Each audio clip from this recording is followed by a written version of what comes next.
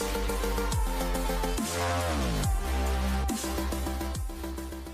Sobat Koko, selamat datang kembali di channel aku. Di video kali ini, aku mau berbagi tutorial cara membuat kolase burung terbang dari daun. Bahan-bahan yang perlu disiapkan: kertas HVS, lem, gunting, spidol, daun nangka, daun pisang, daun kersen atau daun talok, dan yang terakhir daun ilalang. Cara membuatnya, yang pertama kita buat pola terlebih dahulu.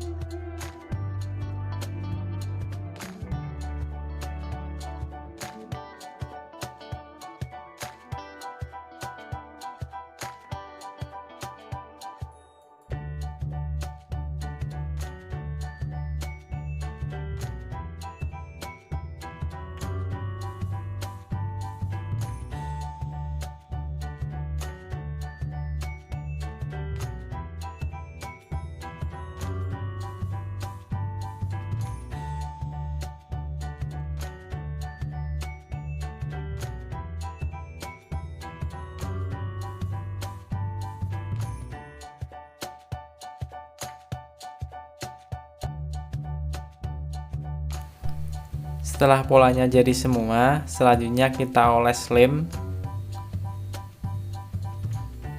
dan kita tempel pada kertas.